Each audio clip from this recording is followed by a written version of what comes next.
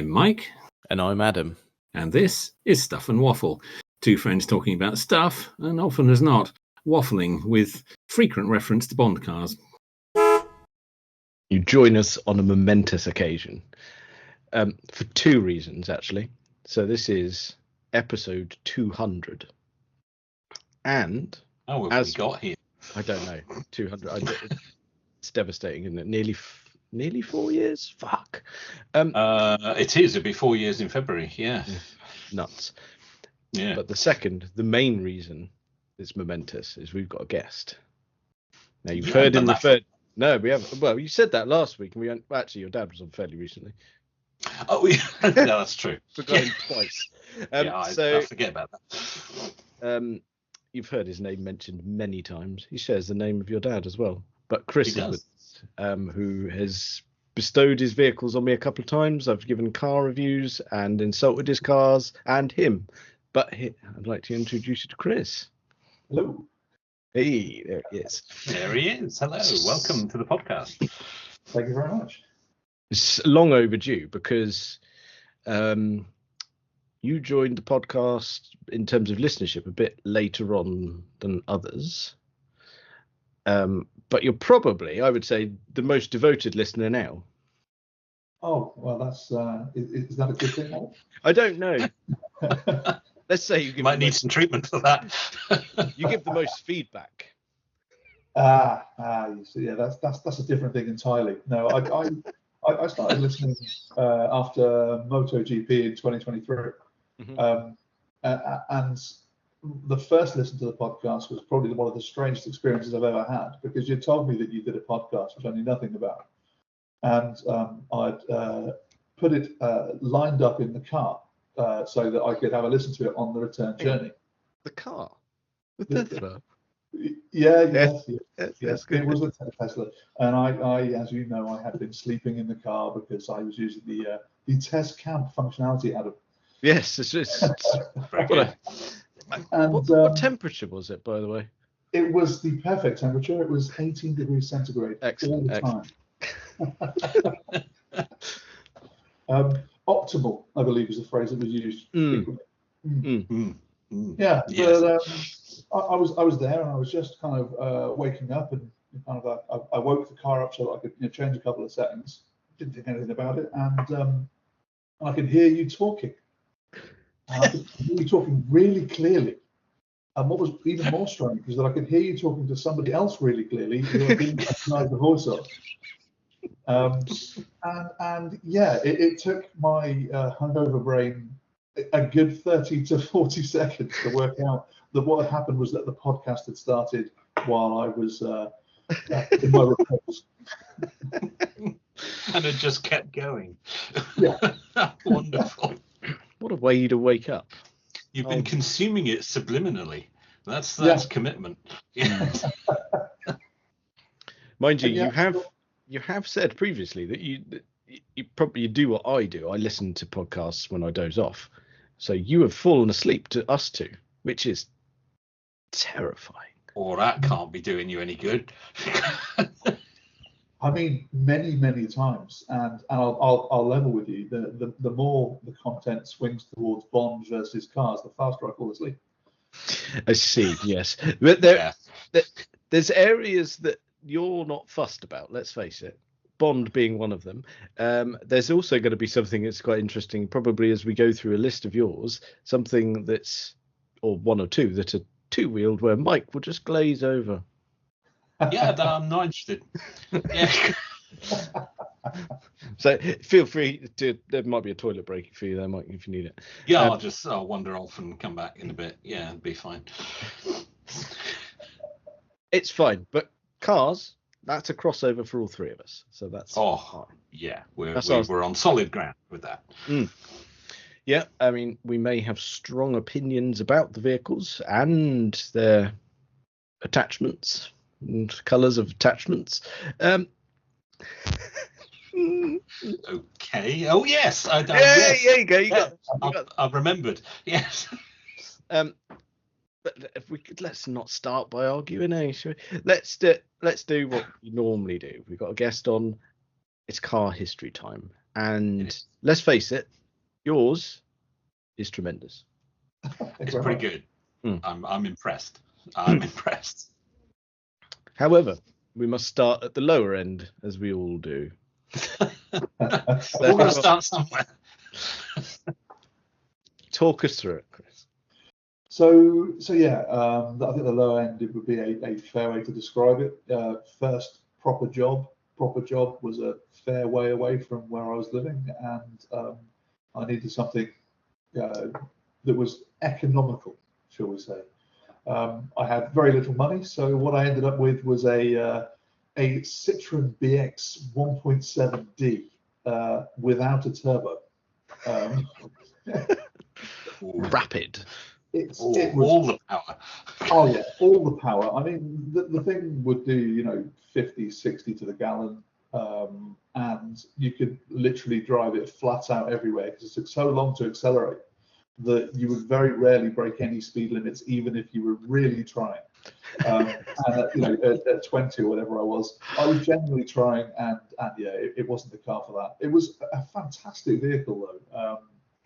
It was that kind of that blend of it had some interesting quirks, as obviously everyone knows about the BX and the kind of self-leveling suspension, all that sort of stuff.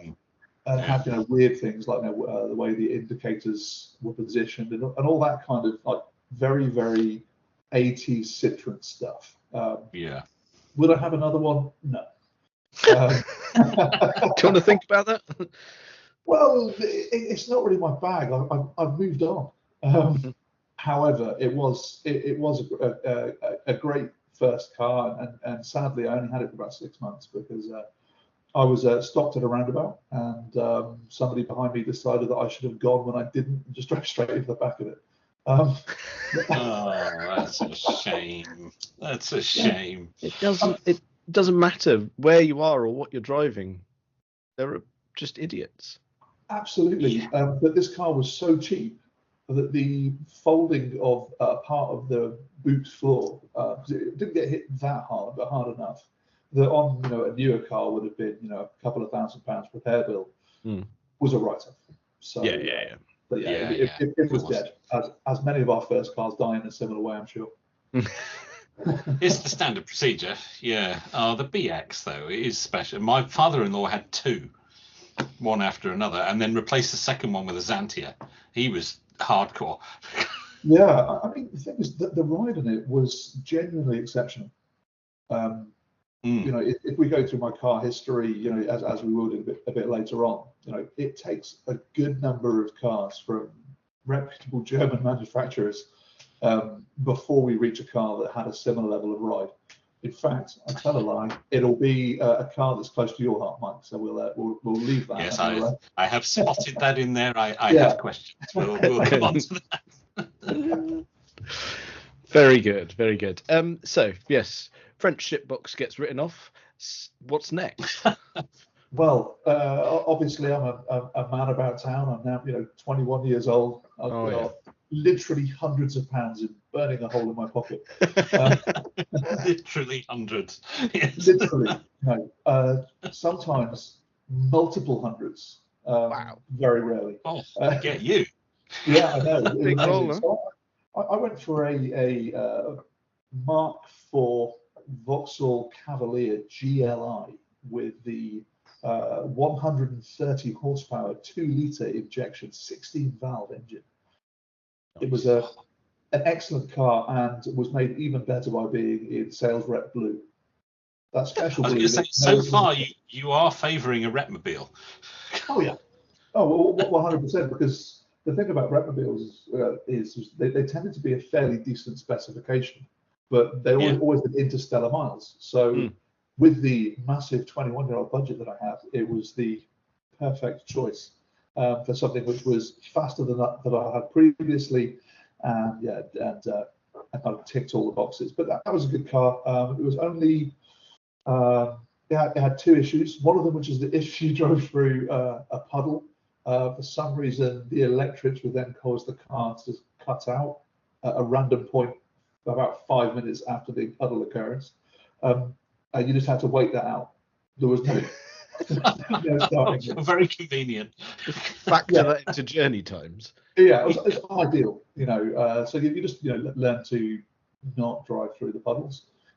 And what was its demise? Big end failure. I think I wasn't mechanically handy at that point. Right.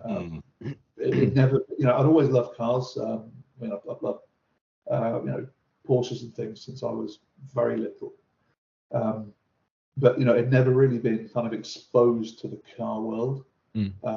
So yeah, I probably wasn't up on the maintenance of it. I put oil in when I thought it needed oil, etc. But yeah, one day it started to make a knocking noise, and the knocking noise got worse. And obviously, being 21, I ignored it.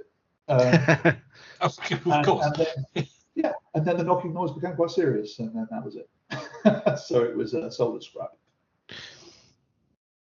Fair enough. That's a shame. That's a shame. You've listed two quite rare cars now. I think they're rare because nobody wanted to keep them alive. Well, yes, obviously there's a reason for it, but nevertheless, they're not super desirable. But yeah. Why to the Citroen community, the BX is. No, yeah, no, I'll give you that. Yeah, the Cavalier is forgettable. Yeah. Yes. Yeah. Okay, so your big end's fucked. So. So off that one goes. How does one remedy that? Well, it was funny because it wasn't a failure of one thing and then something else. It was actually that I got a company car at the same time during the ownership of the Cavalier. Fine. And this actually is another Citroen.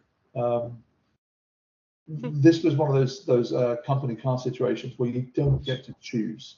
I was still very young. They had a fleet of cars that they would bestow upon people, and this was one of them. So it was a 1999 Citroen Zara 1.9 SX with a full 110 brake horsepower. It was fine. For a car that you didn't really have to pay for other than a bit of tax, it'll do. Yeah, and you learn things with a company car. Things like a company car is very much like a hire car. Oh yeah. There are few things faster, Mm-hmm. and things like knowing that you can actually carry on at the speed limit regardless of speed bumps, with zero concern for the vehicle is a liberating thing indeed. Yes, I'm with you on that. I've had two company cars, and yeah, they got used. Absolutely. Yeah. I mean, the Zara was okay. It was surprisingly fun to drive. I think it had some kind of a passive rear steering. The way that the rear suspension was set up would be that when you turn into a corner, the rear wheels would slightly turn the other way, which improved the turning radius. So it was quite agile. And I'd like to think that some of the kind of hot hatch joie de vivre, or whatever you want to call it, stuff had actually made it into it. But the reality is that the engine itself was fairly lackluster, and the gearbox was like stirring porridge. So it was never really a driver's car, but the chassis was pretty good. Interesting you say that, because that's the one that ultimately ended up going rallying, isn't it? Yes. Yeah. Sebastian Loeb. Yeah. Yeah. Very good. The one who gives middle-aged men hope. Yeah, I could see Mike glazing over just at the mention of rallying. So, You're not too bad with rallying. No, it's one of the better ones. Yeah, rallying and touring car, I'm all right with. It's the rest of it, I just does nothing for me at all, I'm afraid. But that's fine. So, you had your company car. Did you break it, or did you send it back? I sent it back because I changed jobs. Fine. Fair enough. It's that thing of you look for new opportunities and you find them, and I got a job, I got a pay rise, and as part of that pay rise was when I finally bought something that I really wanted. Mm-hmm. So, at some point during this time frame that the Cavalier died, but I can't remember exactly when that was. But yeah, it went on to I'd like to say a better place, but it didn't. It went to a greener place. It was obviously recycled and turned into cans or something. Yeah, now doing business as a dishwasher. Yeah. Hopefully not in that shade of blue. No, you never know. So, something worth having next. What? Well, yeah. So I thought I want something rear-wheel drive because that seems like fun. And I ended up getting what is now kind of a cult car. I didn't realize it at the time. I just kind of looked at the specs and looked at the design of it, and I liked it. And I got myself an S13 Nissan 200SX, which is the 1.8 CA18 DET engine, so about 167, 170 horsepower, something as standard. This was around about the time that I started to kind of discover more about cars in terms of working on them myself. So because it was a Japanese turbo thing in the early, this would have been in the very early 2000s. This was when kind of bulletin boards and user groups were absolutely full to the brim of car enthusiasts, and there was a very good one, the SX Owners Club, dedicated to the S13 and S14, and in fact some later some S15s. And 21, 22-year-old me discovered very quickly that it was quite easy to get quite a lot more horsepower from an S13. And so I did a variety of things to that car. I ended up upgrading brakes, turbo, front mount intercooler, injectors, differential, wheels, and a whole host of other more minor things. But I ended up with a car that had close to double the original factory output at the flywheel, and it was around 240 something, 243 I think at the wheels, and that was a huge amount of fun. I mean, it turns out though that putting a massive turbo on a relatively small engine does have lag. Yeah, a little bit. Yeah, this was before all the really impressive modern turbos that are much more capable of delivering both high-end boost without massive kind of loss of efficiency, but being able to spin up before 4,500 RPM. So it was that essentially led to that car no longer being my car. That's going to happen. Yeah, and this is back in the days before traction control. Really, you could fit aftermarket traction control if you were so inclined, but I've never really had that many problems with it. And sure enough, I ended up having problems with it. I was driving along a relatively straight road, and put my foot down, and then the car went sideways. Then I put a front wheel onto the grass verge, and then I was along for the ride. That was it.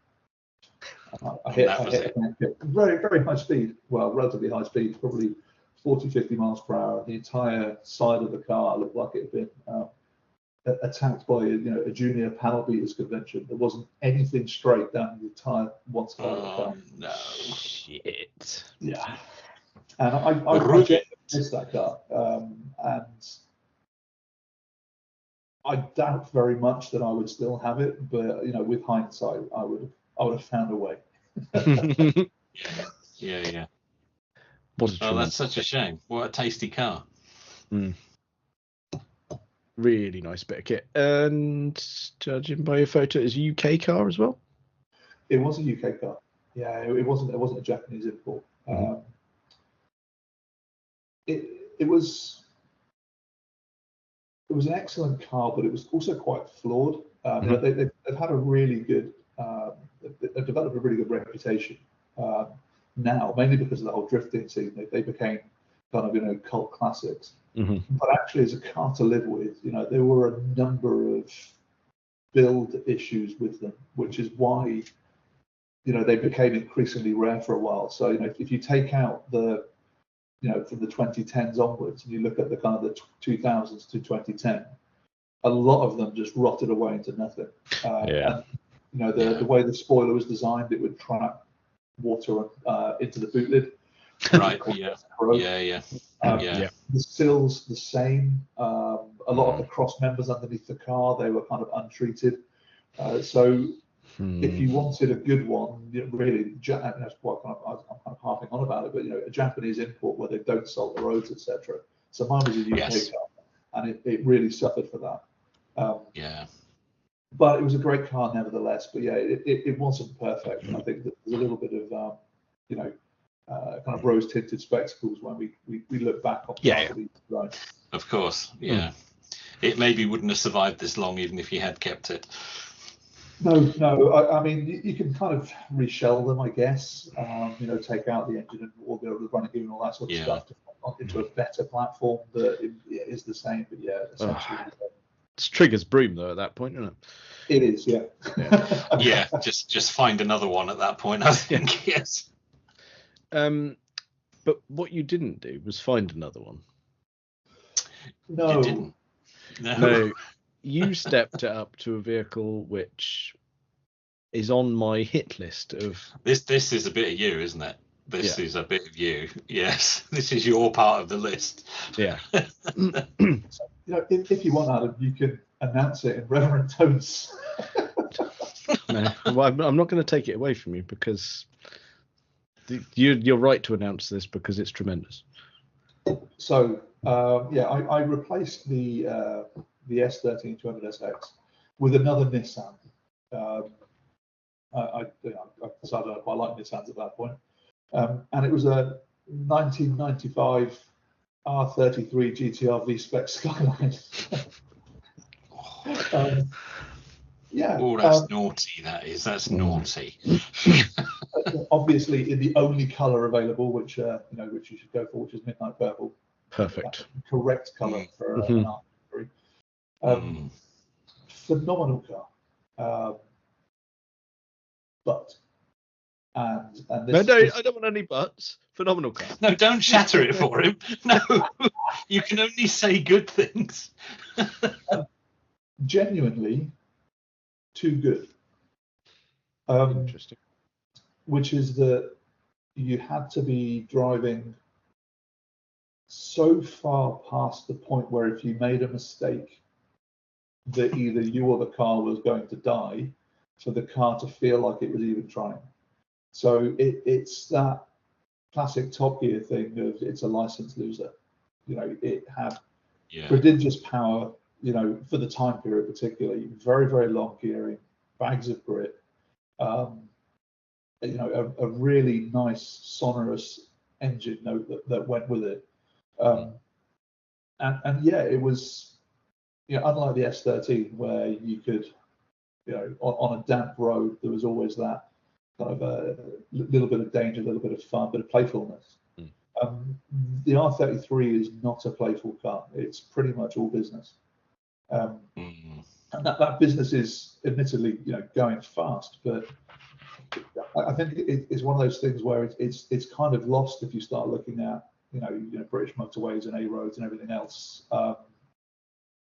Because we simply don't have, you know, it's not like, you know, the US where there's lots of, you know, circuits that you could take it to. You know, there's relatively few circuits, particularly in the southwest. Yeah, you could take something like an R33. Mm-hmm. Am I glad I owned it? Yes. You know, I got rid of it because of, you know, lifestyle changes. But the reality is that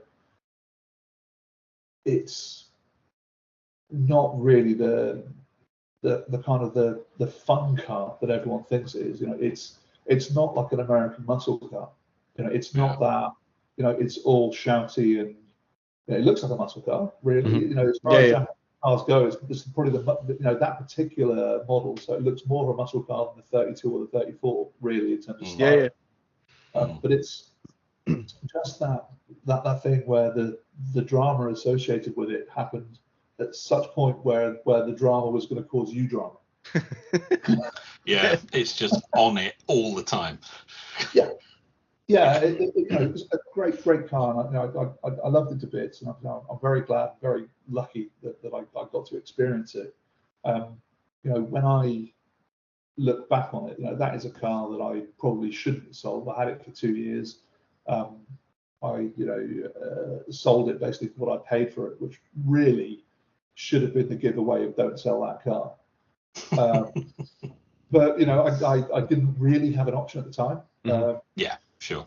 So these things get away from you, and now it would be worth probably 7 or 8 times what I paid for it back in the early 2000s. So yeah. But hindsight's what's the thing. Don't do it to yourself. Yeah. No, don't work it out. Don't work it out. Oh, very good. That's tremendous. Yeah, absolute gem. Although, to be fair, you've followed it up with something. There's more gems to come. Yeah. It's not a shitbox that followed it, let's face it. Not. No, and actually, that's probably one of my favourite cars on the list in terms of ownership experience. So it's another Nissan. It's a 1997 S14A 200SX. So I specify the A because if you're into 200SXs, there's the love or hate camp for the front end. I love the front end of an S14A. I think it looks much more aggressive than the S14. Agreed. I agree. Yeah, I agree. Yeah. Definitely, no question. Yeah. And S14A owners, if they have that strong preference, they get quite upset when people don't actually call it an S14A. But yeah, that one there, obviously, I left it completely alone because it was perfect from the factory. I definitely didn't start modifying that as well. So I did the usual stuff: front mount intercooler, turbo, big brakes, exhaust system, Tane coilovers, which I know the Adam's got it is Honda. And yeah, I mean, what a phenomenal car! It was basically set up as a drift car. So everything was lots of hard bushings and upgrade anti-roll bars and all that kind of good stuff. Nice. Just a brilliant place to be. It was much more fun than the Skyline at much lower speeds. Yeah. But also more refined than the S13. So it had leather, it had aircon, it was a nicer place to be. Yeah. And it didn't really feel like a step down from the Skyline, in all honesty. It didn't ride as well. Even with the Tane suspension on, it was still more skitterish and it still rattled more and various other things. But that was probably half the things that I'd done to it, in fairness. Yeah, you did that yourself. Yeah. Yeah, Looks nice in black too. That suits it. And I think that these wheels can get a pass from Grandad. Yeah. Silver lip gets a pass. Yeah. Oh, you're all right with that, are you? You're okay with that? It's the whole black you've got a problem with. One thing we should bring up on these wheels. My goodness me, are they rare? Yeah, if we're talking about things where you regret doing something, I really, really should have put the stock wheels back on and Taken those off and kept them. Yes. Yeah, because they are Nismo LMGT2 wheels, which they were expensive back in the early 2000s. Now that full set in that condition would be worth double what I sold the car for. Oh no. Yeah. And you sold them on the car. Yeah. Of course I did. Yeah. Because it looked good. Of course you did. Yes. Shit. Oh dear. But hell of a thing. Yes. Yeah. Yeah. I'm very impressed so far. And it's that interesting thing of you just going, well, it's actually like to the untrained eye, they go, well, Skyline's going to be amazing. You go, actually, no, that's going to be infinitely more fun. Yeah, 100%. You know, that adage about, you know, it's more fun to drive a slow car fast than a fast car slow. Yes. Yes. No one's going to call a 300 horsepower S14A slow. No.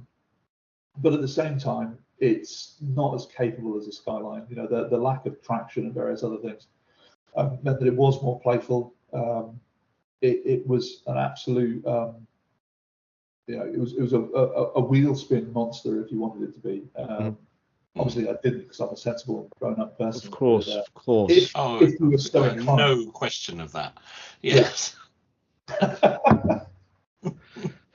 It's more fun more of the time in the real world, is what you're absolutely. saying. Yeah. That's exactly it. And there's a lot to be said for that. And in fact, that's kind of a theme that will come through later on in kind of the car history and has informed some other decisions that I've made.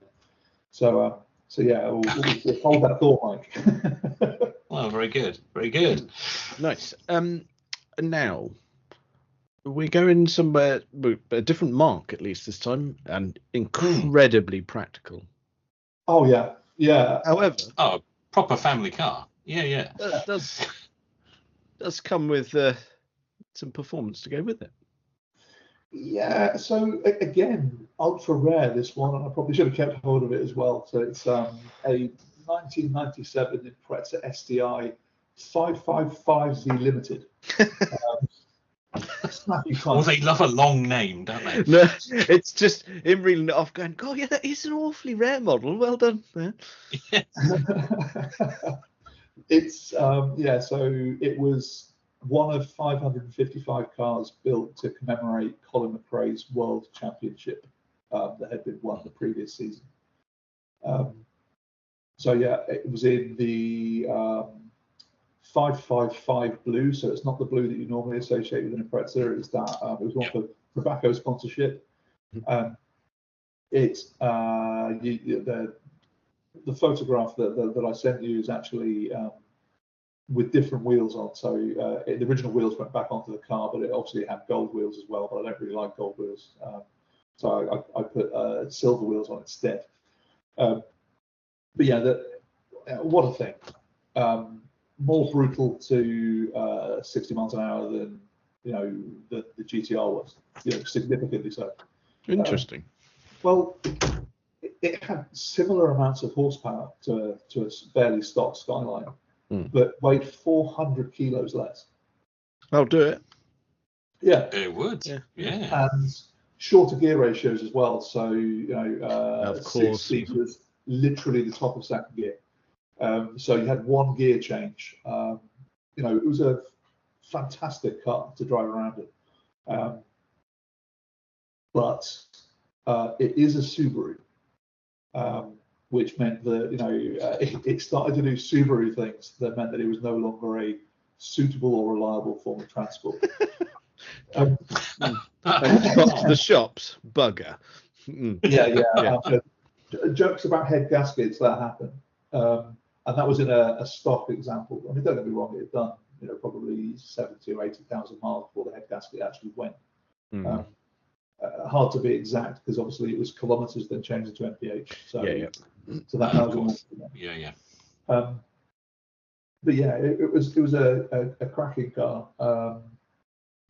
One of my main reasons for getting rid of it, apart from the Subaru thing, was kind of the association thing. Not so much snob value, but you'd get looked at by police and various other things in a way that I hadn't previously had. And it wasn't, my driving style hadn't changed. I was no more or less a menace on the roads, but it attracted a lot of attention. Interesting. Even though it's the estate version, I guess they wouldn't distinguish that being any different. No, and it is the wagon. Yeah, I forgot to mention that. Yeah, it's a wagon. Yeah, I was going to say it's the first wagon on the list. Yeah. Yeah, it's that unmistakable exhaust note, isn't it? Oh yeah, it's a lovely sounding thing. And yeah, unrefined, rattly interior plastics made by Duplo. It was. Well, it's Japanese, isn't it? Let's face it. Oh well, there you go. Yes. Yeah, Came out the same factory. But worse than the S14A or the Skyline, and probably more comparable to an S13 that was nearly 10 years older than it. So it's that kind of thing where Subaru. That's probably why it was so light. It didn't have a lot of the modern accoutrement, shall we say? But yeah, it was a cracking car, and it was really fun to drive. An absolute weapon in the right hands, but it did Subaru things, and my taste changed at that point as well. So, yeah. Funnily enough, the next thing on your list of vehicles that you sent is, God, Mike's been itching to talk about this one. Yeah. I got so fed up with. I mean, the roads around the West Country are some of the best roads in the country. The issue that we have is twofold, which is that during the summer we have people who aren't from around here who come down and drive very, very slowly on those roads, and it means that you can be on one of the most fantastic winding roads from deepest Somerset all the way into North Devon, and you can spend half of it behind a train of caravans. Or motorhomes, ruining the driving.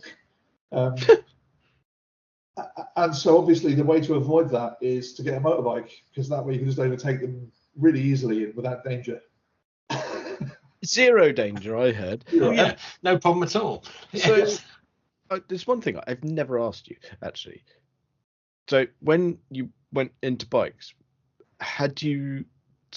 did you done your license years ago, or was it all done at the same time? So you did license and got a bike all in one hit?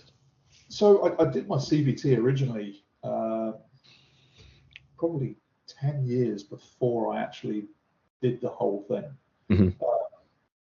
And I started to do direct access. I did the CVT, started to do the direct access piece, and then moved and change of circumstances. Life gets in the way, Life gets in the way. It's probably the best way to describe it. So, and I then got the S13 around that same time period, and I fell in love so much with the carness of it. The making it go faster and playing with it and everything else. Well, first proper car as well, wasn't it? Yeah, exactly. And I loved that car. So I was all about the cars for a number of years. And so, yeah, it was. I think it was from the purchase of the S13 to my first bike was nearly a decade. And in that time, I had the S13, the Skyline, the S14A, and the Subaru. And it wasn't until then I was like, okay, so I don't want to have a car with all its horsepower that's just stuck in traffic all the time. And so, yeah, I got a bike, and my first bike was a 2010 Yamaha XJ6N. It was fine. As a first bike, it felt like it was a rocket ship. Well, it's that sweet spot, isn't it? You're of an age where you can go, right, I don't need something utterly tiny, but what I do need is something in the 600 realm. It's where everyone lands. Yeah, and there's a good reason for it. I mean, the thing about an inline 4 600 is that it doesn't deliver most of its power until quite high up the rev range. So you don't get into that situation that a lot of inexperienced riders do when they foolishly go and buy 1000cc or whatever superbike, that they can deliver a huge amount of power down low. I mean, most bikes, up until fairly recently, didn't have traction control, they didn't have ABS or anything else.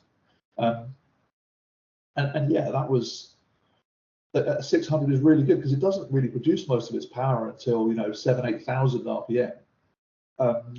And yeah, it was a great thing. And even going for some very fast cars, that 600 was, it wasn't slow. even though it was a slow 600, relatively speaking.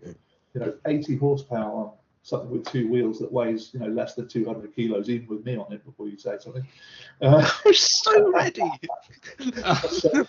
Would we? Would we? I'm going to say yes. Yeah, we would. Yeah, yeah. But yeah, it was great. It's all right. We're the same. But it was good. But by the time I felt like I could ride it, I then wanted more, and I think that's almost the danger and the charm with the motorbike, is that it always encourages you to ask for a little bit more. There's few things better than the thrill of just massively opening the throttle. Inadvertent wheelies aside, which you won't get on a 600, by the way, but on some of these other bikes you will. So yeah, I thought what I should do really is I should go from a 600 to something like I was looking at a Honda VFR 800, something with like 110 horsepower. Unfortunately, there was a bike that I really liked the look of that was in the right price from a dealer that I trusted, and I knew the guy at the dealership, and I went in there and he said, "Oh, you want to take that out? You're a tall guy. You want something a little bit bigger." And I was like, "Why not? A bit too fast?" And he said, "No, it'll be fine." I took it out for a test ride, and then I had to have it. And the thing that I had to have was a 2005 CBR 1100 XX Blackbird, which was briefly the fastest motorcycle in the world for I think about a year. And what a lovely thing. Yeah. Okay. And that had 164 horsepower, which that's double what you had, give or take, is it? Yeah. All I can say is that on the test ride, I came back and I knew I was buying that bike. It was wide-eyed and grinning like a loon. Oh, absolutely. I mean, it was absolutely ridiculous the way they did it, and it being an inline four, albeit quite a large one. The power delivery, it put power on like a freight train. So whereas in a car, when you get to 5,000-6,000 RPM, the speed starts to drop off. It's not the same in a motorbike. As you get up the rev range, it produces more and more power. And there's a point where the aerodynamic resistance isn't really enough to be affecting the power that you're making, it feels like. So you feel like you start accelerating faster. So, you start accelerating, at 5,000 RPM when the power starts to come in, and that will carry on for another 5,000 or 6,000 RPM. And each time it feels like it's getting faster and faster and faster in terms of how it's pulling. Yeah. Phenomenal thing. Absolutely love that bike.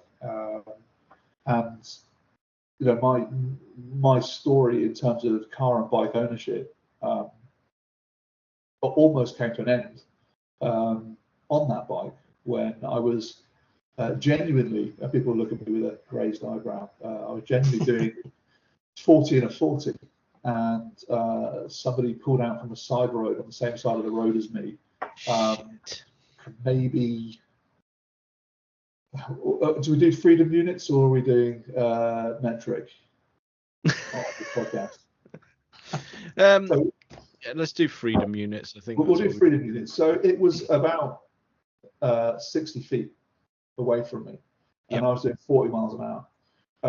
Now 60 feet at 40 miles an hour is about a second and a half. Yeah. I managed to get most of the way around the car, but he still managed to kind of hit the front of my bike with just the furthest corner of his car, on his driver's side towards me. So I went for a ride through the air, landed on my shoulder, separated a load of ligaments there and all the rest of it, wrote the bike off, and he drove off. Oh, nice. What an utter prick. Nice. It was a guy in his 80s. He Fuck's sake. Luckily, the person behind him at the junction jumped out, got his registration, helped scoop me off the tarmac. And I was so angry, I didn't realise how bad I'd hurt myself, and I actually rode the bike home Fuck's sake! No. And yeah, so in some ways I was lucky, in the respect that if he had pulled out slightly faster, or if I'd been slightly close to him, it would have been a full-on impact into the side of the car, whereas I was able to avoid most of it. It ended up being kind of a clip and a tumble. But yeah, that meant that I had to replace that bike. It also, and I think I probably mentioned this to you before, Adam, it reinforces what a different breed motorcycle racers are. So I had that crash, and for at least a year after that crash, I would flinch at cars coming to the left of me at junctions, because have they seen me? Have they seen me? Are they going to pull out again? So you'd find yourself hovering over the brake, or if they came a little bit last minute, you'd physically react to it. And then you see, loons like Marc Marquez have a get off, a circuit at 215 miles an hour, slide for 200 yards, sprint back to the pits, get onto the second bike, and then go faster. And I realised that I was never destined to be a racing driver. You couldn't have done that. You're not. I mean, you're not wired that way. Although some may say he's not wired at all. Maybe that's the issue. Yeah, that bit of it, that bit of the brain don't is. know the fellas as well as you.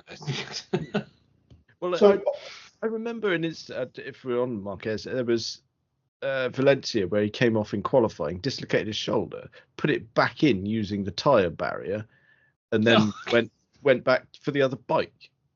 Yeah. Just amazing. I mean, Mugello was the 215 mile an hour get off in his rookie season. Yeah. He had a point to prove. Yeah. Oh, he proved it. Don't you worry. Yeah, absolutely. No, for probably it's an unpopular opinion, right? Because everybody's got their favourite rider, but I would say that in terms of pure outright ability to do things with a bike that has never been seen before, Marc Marquez has it over everyone else. Not necessarily racecraft. There's been cannier riders and there's been more aggressive riders, but in terms of his ability to do things on a bike that no one else can do, I mean, it's ridiculous. Phenomenal. We were utterly robbed that we never got to see Marquez versus Stoner. Oh, 100%. Yeah, I mean, Stoner is probably the closest outright absolutely to Marquez. But he stopped when he should, right? He had a wife and kid and all the rest of it, and he was like, you know what, I've got a few million in the bank. Now's a good time to stop. And so he made the right decision for him. But you're absolutely right. Stoner Marquez would have been phenomenal. If they could have them both at their peak, along with Rossi at their peak, and Lorenzo at his peak. I mean, if you could have like all of the riders at their very highest level at the same time, that would just be what a race that would be. It would. Marquez would win it. Probably. Mike's lost a will to live. I've no clue at this point. You're just saying names. I don't know. It's fine. I tell you what. Let's go to the next. It's just a noise. It's all right, Partridge. Oh look, it's another two-wheeled vehicle. It is coming up fast. Yes. What you do after you just had a really unpleasant time on something is you've got to get back on the horse. Quite. Or in this case, the bike. So I replaced the Blackbird with a 2007 Triumph Sprint ST 1050. So only just over a litre on that one. A little bit less power, 140 versus 164. A little bit lighter, a little bit more chuckable. But it was a triple. And love the sound. Sounds amazing, but the most similar thing that I can describe it to is, and I've been very lucky, is an RX-7, which is that there's no discernible power band. It acts like a rotary engine, so it just you don't get that drama that you get with an inline four, and you don't get the punch that you get with a V twin. It's just it just kind of builds up power and speed as you go through, which is great for for linear riding. But if you've just been riding something which wants to deliver all of its power in the last few thousand RPM, then it was a little bit underwhelming. Lovely looking bike, Yes, stunner. But I never fell in love with it, and I think a combination of having had an accident and forcing myself to ride something didn't help. I put some tyres on it I didn't get on with. I didn't like the profile. I didn't like the way the bike dropped into corners. That didn't help. And I had it until I replaced it with another motorbike later. But again, that was a heart decision, not a head decision. So we'll put a pin in after. That's a bit later, and let's just put a pin in that one. So, right, Mike, we're going back to a car now. We are. I see that. We got the correct number of wheels this time. Yes, there we are. So at this point, I was commuting by bike to work and for various stuff. So by motorbike, not by push bike. I'm not a loon. I can't see you in Lycra, let's face it. And to be fair, no one wants to. That's really the world doesn't need that. That's a midlife crisis you've not had, thankfully. One could argue that I would probably live longer if I did develop a sudden desire for Lycra and very small saddles. But, but what a miserable existence it'd be. Yeah. I mean, give me beer and a bucket seat any day of the week. That's the name of the episode dealt with. There you go. There's your title. Sorted. So yeah, I got something which is kind of probably the most sensible car that I'd owned for a decade, and it's a 2006 Audi A3 170 TDI Quattro. Again, a massively long name to describe what is basically the top of the normal boring A3s at that time. Yeah. What a fantastic car. Does car brilliantly. It's good fun. It's built like a tank. I still have it. Well, that says a lot. Oh, do you? Oh, okay. Yeah. Right. Yeah. It's it's ridiculous. I mean, it's got over 130,000 miles on it now. It's been fairly light work for the last few years, but it's the car that does the tip runs or all that sort of stuff. Sure. I mean, it's just a brilliant piece of kit. Everything still works on it. It doesn't have any corrosion. It normally sails through MOTs. The last one was a bit of an exception, but that was purely an age and mileage thing running now, so it required some suspension bits doing, not so much suspension, but one of the control arms, if I remember rightly, gone. But it's a ball joint with some stuff. So it's like they've got a limited lifespan. But really, really good car. Lovely place to be. Audi interiors. Even back then, even a mid 2000s vehicle. What a great car that is.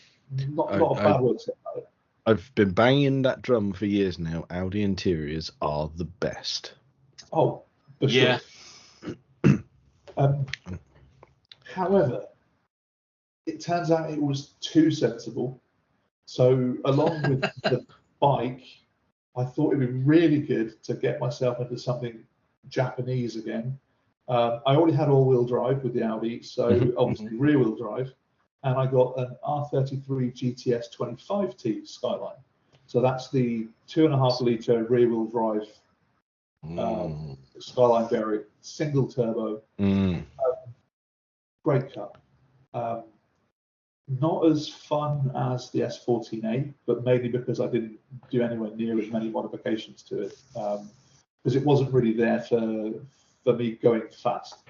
Going fast was now a motorbike job, and the car was more of a fun thing. So you didn't need a car for speed. Yeah, exactly. I didn't have to scratch that itch with a car. So although it wasn't, it wasn't a slow car again, it certainly wasn't, fast. But it was a really, really good car to own. Actually, again, suffered from similar problems that the S13 had, which was around corrosion. So the rear wheel arches start to rust, the sills start to rust, the boot lid starts to rust. The doors and bonnet are immune because they're aluminium on Skylines, but the rest of the car that isn't aluminium, yes. Yeah, it really tries to become one with the world once more. But yeah, it was a great car. But it was a weird thing because it always it was never as good as the Skyline I'd had previously, and it wasn't as fun as the S14A. That's interesting. So I kept it around because I liked it, but it was never my favourite. But yeah, it was a good car. I like that one. No, it's nice. It is. I mean, and people, I've known people who've turned their nose up and go, "Oh, it's a single turbo. It's not all-wheel drive." So, oh, fucking hell. Have you driven it? No. Yeah. And no is the answer. Yeah. And I think that for some people, it's a better car to have. Like genuinely, I mean, my complaint about the R33 GTR was that it was too competent, and the R33 GTS isn't as competent. It doesn't have high CAS or any of that other kind of cool gizmos. Doesn't have all-wheel drive, but it's still a good chassis. It still has great steering feel. The thing that lets it down a little bit is it does have a bit of the lard associated with the R33 GTR. So it was a quite heavy car, relatively speaking, compared to some of the other Jack cars at the same time. But yeah, it was still a great car. And again, another one that I shouldn't look at how much they go for now. Oh yeah, don't do that. Do not do that. No. No. Oh, nice. Tremendous news, Mike. The next one. We've lost a couple of wheels for the next one. Now, see, I know less about bikes than anyone else in the world, but I look at that and that's up to no good. That's it's bad. So, thank you.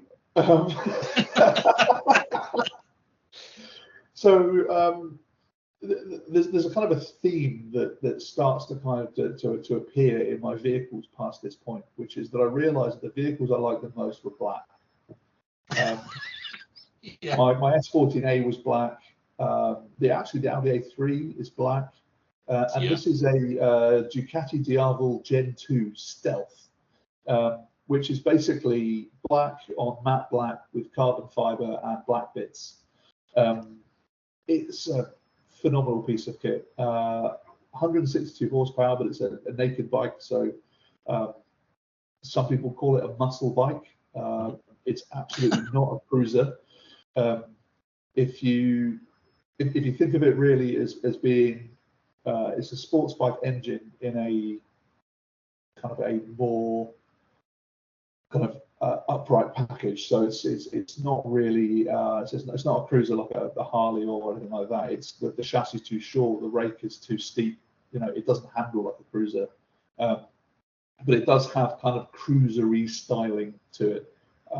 But yeah, that was a heart over head purchase. I was in the market for a bike, again, change of circumstances, and I thought I would try a few, and I tried a K1300S BMW, amazingly competent, dully competent. Just, it was it was good because I was looking to replace something that would replace that CBR 1100 feel. I really like the sports tourer. I'm a big guy, and as an out-and-out sports bike tends to be too small for me. Oh god, yeah, because I mean, you ended up with that. If you'd have bought the 1198 Superbike, you would have looked ridiculous on it. Oh yeah, I would look like a fat man perched on top of it. Yeah, it looked like you just crowning a motorbike slightly. Yeah, I'd be flossing. Yeah, with a Ducati. But yeah, I mean, see, I got the Diavel, and I've still got that bike now. It still draws a ridiculous amount of attention. You can't get up. People ask you questions. It's been referred to as the bat bike. It's by lots of different people. Yeah, I can see that. It's a great thing to own. the power delivery is totally different to that, to the CBR 1100. It's got similar power too. Delivers much more of it lower down because it's a twin. Twin, yeah, really torquey, isn't it? Yeah. However, as a form of transport, it's pretty poor. It doesn't have a fairing, and basically, it's kind of a blessing and a curse, right? Because it means that I have to maintain, very sensible speeds when I'm going on longer journeys. But even at 70, the amount of buffeting is significant, and you don't realise how tiring that is until you've been riding it for 2 hours, and you're just like, I love this bike, but I really want to get off. Yeah. So it's awesome, massively impractical. I love it to bits, but I definitely need a second bike in the fleet, as Mike would say, just so that I can I can ride distance with it. And it's perfect because what you've done there is you've ascertained that there's an issue, and you go, right, well, what we don't do is we don't sell the bike. What we do is get it as an additional bike. Of course. Yes. Yeah. Perfect. Yeah. Quite right. Yeah. For example, if you have a pint of beer and you think to yourself, I've had enough beer, a sensible person then maybe goes on to wine or spirits or something. They don't just think, I'm going to stop drinking. Why would they? Yeah. I mean, you're going to get no arguments on this podcast. Perfectly. No, this is a very boozy podcast. Yes, as we know. Yes.